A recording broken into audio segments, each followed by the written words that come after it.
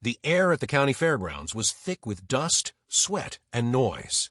Men barked numbers at the top of their lungs while the auctioneer's hammer slammed against the wooden block like a gunshot. Horses shuffled nervously behind the railings, their ears twitching at the sounds of commerce that decided their fate. The crowd pressed closer, hats tilted, coins jingling in pockets, boots grinding against the dirt floor. It was a scene where animals were reduced to figures, their value determined not by spirit or history, but by weight, speed, or strength. The laughter of men echoed above the cries of frightened creatures, and the smell of hay mixed with the bitterness of uncertainty.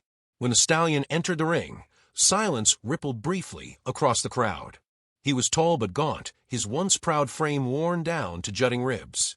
His mane hung tangled, his coat dulled to a lifeless gray-brown, and a faint limp spoiled what might have been a proud gait. The auctioneer introduced him with a chuckle, calling him a lost cause, a beast past usefulness. "Barely worth the feed he eats," he sneered, his gavel poised impatiently. A murmur spread through the onlookers. Some shook their heads with pity, others smirked. To them, he was destined for one thing only, the butcher's cart waiting just beyond the fence. The stallion's eyes scanned the shifting faces, wild with fear, yet burning with something deeper, as if refusing to surrender completely. His sides heaved, muscles trembling beneath the scarred skin, and when the auctioneer tugged his rope, he pulled back violently, hooves striking sparks off the dirt. The crowd laughed at the display of resistance, the cruel humor of a beast too broken to be useful, yet too proud to accept defeat. It was the last fight of a cornered creature, and it seemed to amuse more than it inspired. Standing apart from the men, near the edge of the yard, was a boy no taller than the gate post. He was perhaps 14, his shirt patched, his boots worn thin, and a battered cap shielding eyes that watched with unusual intensity. His hands gripped the rail, so tightly his knuckles whitened, but his expression was not one of ridicule.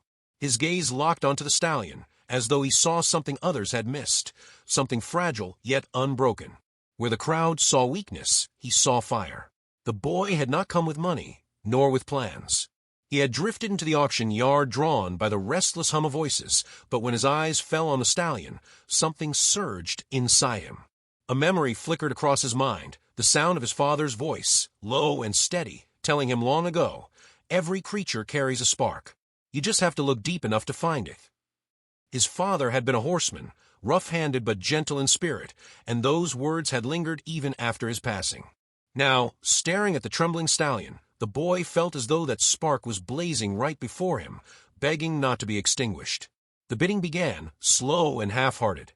"50 for meat," someone called from the back. Another voice, sharper, countered with 60.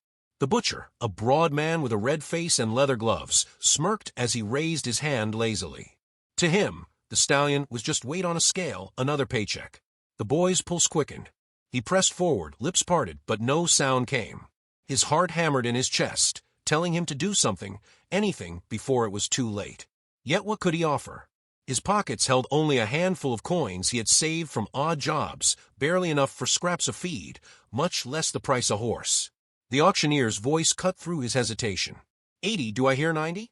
Sold soon if no one wants him. The gavel hovered, eager to strike. The stallion tossed his head violently, eyes rolling, the whites flashing. His hooves scuffed the ground, and for a split second, his gaze caught the boy's across the ring. The connection was sharp, almost painful, as though two broken beings had recognized one another. The boy swallowed hard, a lump rising in his throat. He thought of nights staring at empty skies, missing his father, feeling small and powerless. He thought of all the times he had been dismissed, told he was too young, too poor, too weak to matter. But here was a life about to be erased, and for the first time, he could not stand silent. His voice broke free, unsteady yet fierce. "Wait." The word cracked across the ring, like a whip. Heads turned, laughter rose instantly, and the butcher's eyes narrowed with annoyance. The auctioneer, already lowering the hammer, paused and peered over his spectacles. "What's that, boy?" The boy stepped forward, his cheeks burning under the weight of so many eyes. "Don't sell him, not like that." His voice wavered, but his determination did not. "He's not meat. He's more than that." The crowd erupted with derision. Men clapped each other's backs, amused at the foolish child daring to interfere. "Look at him," one shouted. "The horse is finished." Another laughed. The boy's got dreams bigger than his pockets. The butcher smirked, his thick arms crossed, confident the outcome was inevitable. But the boy did not move. His thin frame stood rooted in the dirt, fists clenched, eyes still locked on the stallion. The animal's ears twitched, and though he trembled, he no longer pulled against the rope.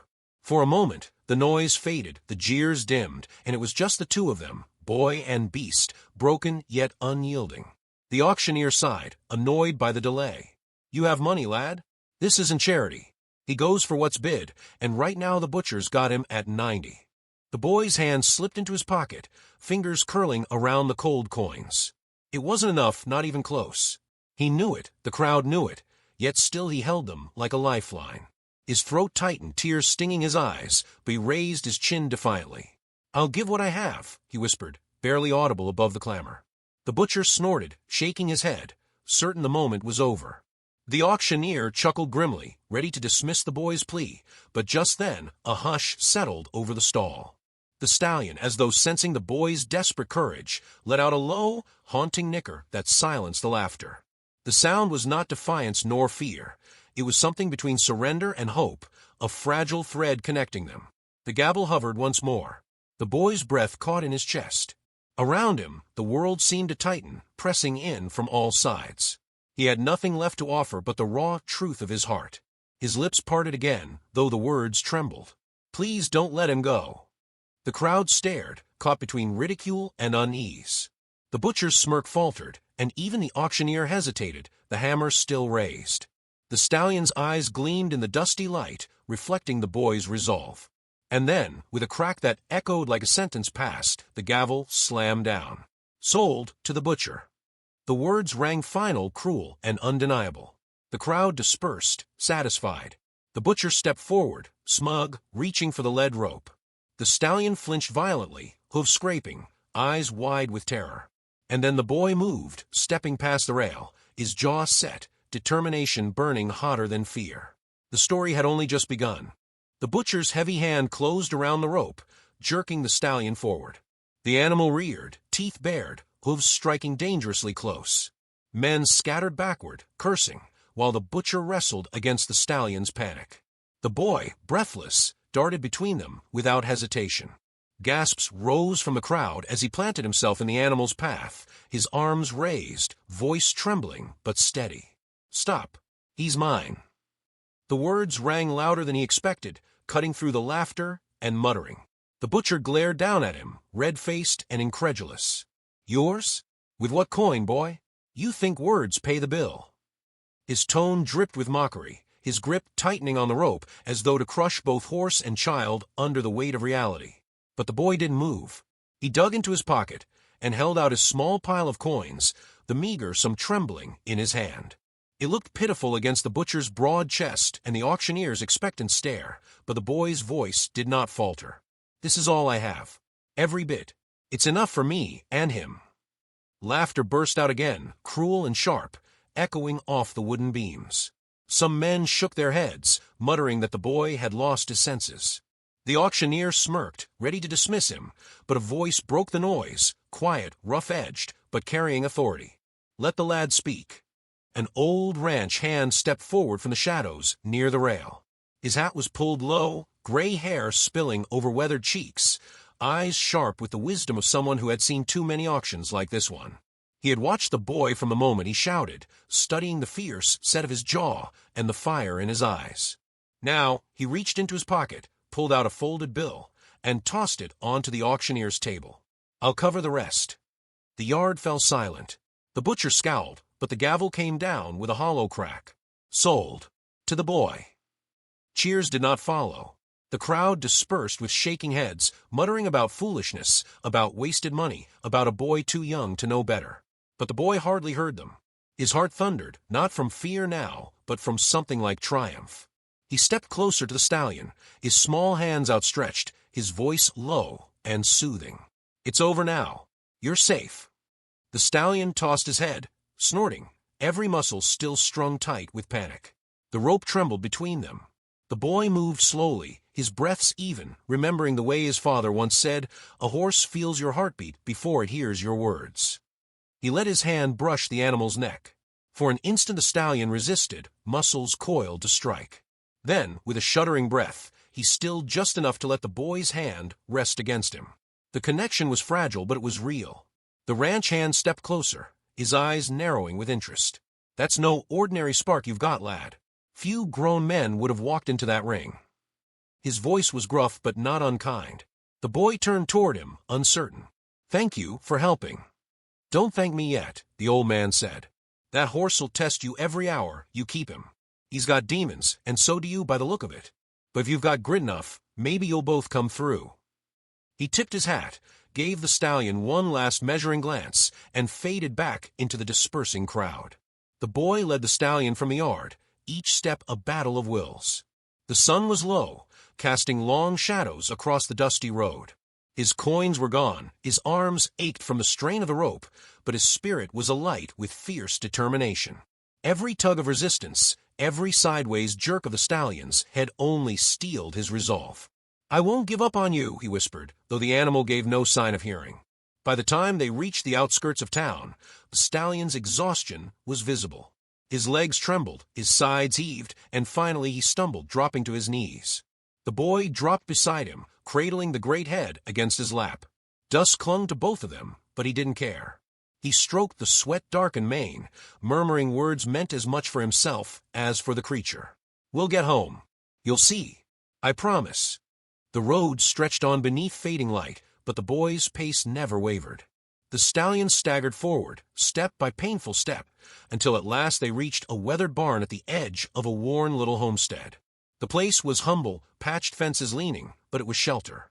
The boy guided the stallion inside, spread fresh straw as best he could, and fetched water in an old bucket.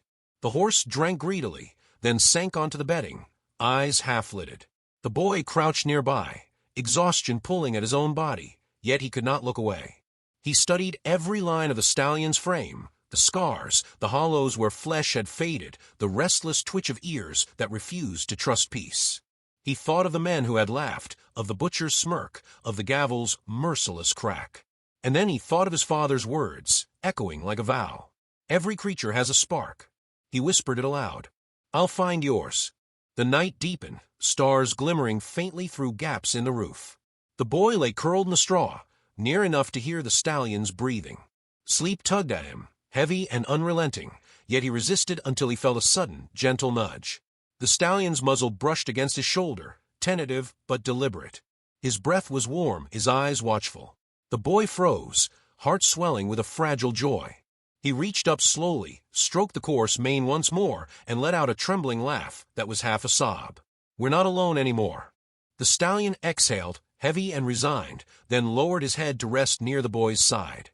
For the first time that day, the boy felt a sense of belonging, as though both their broken edges fit together in the quiet of the barn. And as sleep finally claimed him, he knew this was only the beginning. The battle was far from over, but a promise had been made, and it bound them tighter than any rope could. Morning light streamed through the gaps in the old barn, falling in fractured beams across the stallion's coat. Dust motes drifted in the air, stirring each time the animal shifted. The boy woke stiff and sore from the straw, but his eyes immediately sought the stallion. The horse stood, ribs outlined beneath the skin, ears flicking nervously at every creak of wood. The night's fragile trust felt like a miracle, yet daylight brought reality crashing back. The work ahead was immense. He filled a bucket with fresh water, poured a small pile of oats, and set them gently near the stallion. The animal eyed the food suspiciously, nostrils flaring, before finally stepping forward. His teeth crunched steadily, and the boy let out a breath he hadn't realized he was holding. Each small act felt like a victory, though he knew patience would demand more than his young heart sometimes had to give. The days that followed blurred into a rhythm of care and caution. The boy brushed tangles from the matted mane, cleaned hooves caked with dried mud, and whispered softly through every movement. At first, the stallion resisted, muscles rigid, eyes darting as though expecting betrayal. More than once, he lashed out, hooves striking dangerously close, teeth snapping at empty air. The boy bore bruises on his arms and shins, yet never raised a hand in anger. Each time, he steadied his breath, stepped back, and began again. One afternoon, determined to push further, the boy led the stallion into the small paddock behind the barn. The rope strained between them as the horse fought every tug, jerking sideways, rearing in protest. The boy held firm, his boots digging furrows in the dirt. "Easy now," he urged, though sweat dripped down his temples. The stallion's wild energy filled the space like a storm. The struggle ended with the boy flat on his back, breath knocked from his lungs. The ropes slipped from his hands, and the stallion bolted across the paddock, kicking up dust. For a terrifying instant, the boy thought he had lost him, that the fragile thread would snap and all effort would crumble. But the stallion stopped short at the fence line, sides heaving, eyes flicking back to the boy lying in the dirt. Pain radiated through his body as he stood, but his spirit burned brighter. He picked up the rope once more, stepped forward slowly, and spoke with a steadiness that belied his years. "I'm not leaving you, no matter how hard you fight." The days grew longer, each marked by small triumphs and crushing setbacks. The boy managed to guide the stallion in circles, only to be thrown into the dust when he dared climb onto his back. He returned each time with bruises, sometimes limping, but always returning. His neighbors muttered that he was wasting his strength, chasing pride that would break him. But the boy remembered his father's lessons, the stories of patience, of listening more than commanding, of seeing the soul beneath the hide. One evening, clouds gathered and thunder cracked across the horizon. The storm rolled in fast, wind howling through broken shutters, rain hammering the roof. The stallion panicked, thrashing against the stall walls, eyes rolling with terror. The boy rushed in, heart pounding. Lightning split the sky, and the horse reared dangerously close, hooves striking sparks from stone. Fear surged through the boy, but he did not run. He stepped into the storm of muscle and terror, pressed his hands against the trembling neck, and held on. "It's all right. I'm here." His words were swallowed by thunder, but his tone was steady, his presence unshaken. Slowly, impossibly, the stallion's fight eased. The great head lowered until it rested against the boy's chest, trembling but yielding. Tears burned the boy's eyes, washed away by rain leaking through the roof. In that moment, something shifted. Trust, fragile yet undeniable, rooted itself between them. They were no longer just a boy and a broken beast. They were companions in survival. The weeks that followed bore proof of change. The stallion's coat began to shine, flesh filling out his wasted frame. His steps grew stronger, his spirit wilder, yet more focused. The boy, too, changed. His shoulders straightened, his voice carried new confidence, and though exhaustion often lined his face, his eyes held purpose. Word spread in town of the boy's stubborn project. Some laughed, others shook their heads, but a few grew curious. The butcher, still sore from being denied his purchase, sneered whenever he passed. "That beast'll never be worth a dime," he spat once at the market. The boy clenched his fists, but said nothing. Deep down, doubt gnawed at him. What if the man was right? That night, he sat alone in the barn, head bowed, fear clawing at his resolve. "Maybe they're right," he whispered. "Maybe I can't fix him." His voice broke on the words. The stallion shifted, stepping closer. His muzzle brushed against the boy's shoulder, warm breath stirring the damp fabric of his shirt. It was not a command nor a plea, just presence. Silent, steady, undeniable. The boy lifted his head, tears streaking his cheeks, and managed a shaky laugh. "You don't think so, do you? You still believe." The next morning, he rose with renewed determination. Training resumed with greater patience, every success measured in inches, every failure faced with resilience. He learned to anticipate the stallion's fear, to match his movements, to guide without forcing. Each day brought new bruises, but also new victories, circles completed, jumps cleared, and at last, rides where boy and horse moved as one. Still, doubts lingered. The butcher's words echoed. The townsfolk's laughter weighed heavy. Yet when the stallion galloped across the paddock, mane streaming, hooves pounding like thunder, yet controlled and precise, the boy felt the truth deep in his chest. They were no longer broken alone. Together, they were becoming whole. As dusk fell one evening, the mentor, the old ranch hand who had helped at the auction, appeared at the fence. He watched silently as the boy guided the stallion through careful steps, his posture proud, his voice calm. When the horse obeyed, smooth and graceful, the old man nodded slowly. "You've done what most men couldn't. But don't fool yourself, his test isn't finished. Neither is yours." The boy met his gaze, determination firm. "Then we'll be ready." The old man studied him for a long moment before tipping his hat and disappearing into the night. The boy stood in the fading light, the stallion beside him, both breathing in unison. The road ahead stretched unseen, filled with challenges yet to come. But for the first time, he felt certain they could walk it together. And somewhere beyond the horizon, destiny waited to test them both.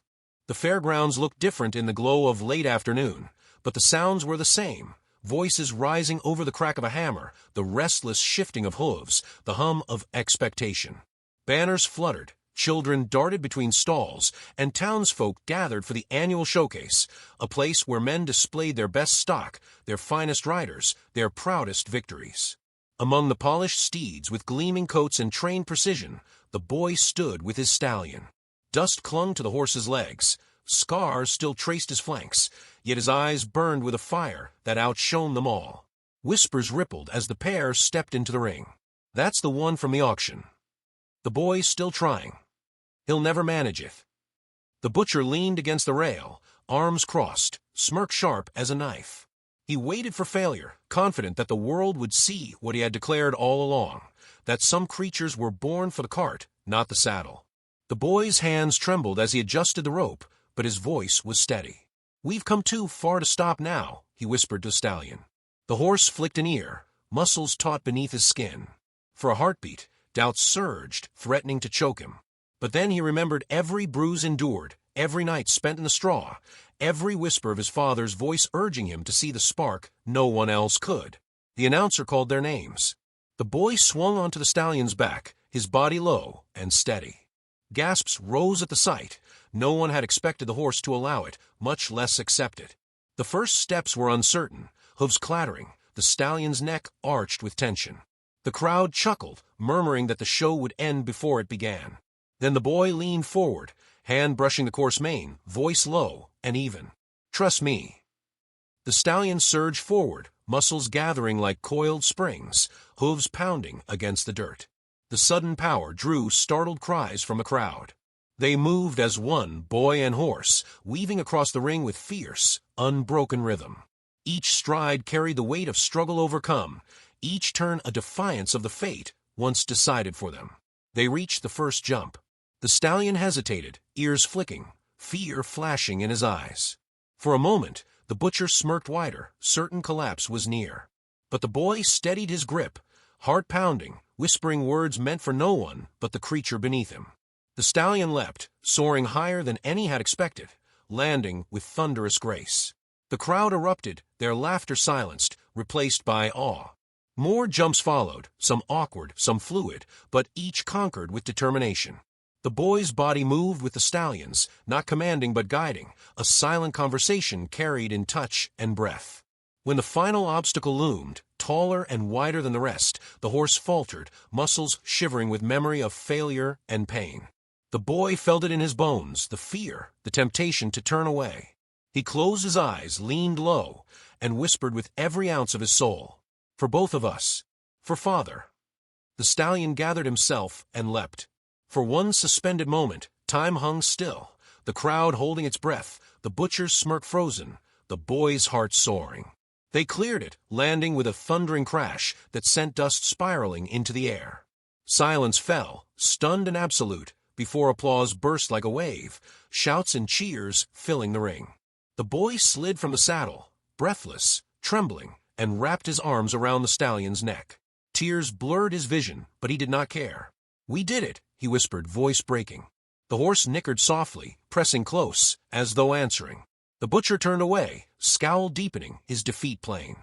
The old ranch hand stood at the edge of the crowd, eyes glistening, his weathered face split by a proud smile. He tipped his hat once, a silent salute to the boy who had refused to give up. Townsfolk who had once mocked now clapped him on the shoulder, their voices filled with astonishment. "Never seen anything like it. That horse has heart. The boy's got his father's blood." Their praise meant little compared to the quiet triumph burning in the boy's chest. He had not only saved a life, he had proved that brokenness did not mean uselessness. As the fair drew to its close, the boy led the stallion from the ring, away from the crowd and the noise. The sun dipped low, painting the horizon in gold and crimson. He paused at the edge of a wide meadow, loosened a rope, and let the stallion run. The horse exploded forward, mane whipping, hooves tearing the earth with raw power. Freedom radiated from every stride, every movement a declaration of life reclaimed. The boy watched, chest rising with laughter and tears alike. The image burned into him, the once doomed stallion galloping as if the world itself had been given back. When at last the horse circled back, snorting, eyes bright, he pressed his head against the boy's shoulder with a tenderness that no one else would ever truly understand. They stood together in the fading light, two souls once broken, now bound by trust and resilience. The boy lifted his gaze to the sky, whispering words meant for the father he could no longer see. "I found the spark," just like he said. The stallion's ears flicked as if he, too, had heard. The horizon deepened into twilight, stars beginning to pierce the darkening sky. The boy swung onto the stallion's back once more, not for a show, not for proof, but for the simple joy of riding together. They moved across the meadow, silhouettes framed against the last light of day, symbols of survival, of second chances, of unyielding hope. And as they disappeared into the distance, their story lingered behind, etched into every heart that had witnessed it. If this story touched your heart, please consider subscribing. I bring true, heartfelt stories every day.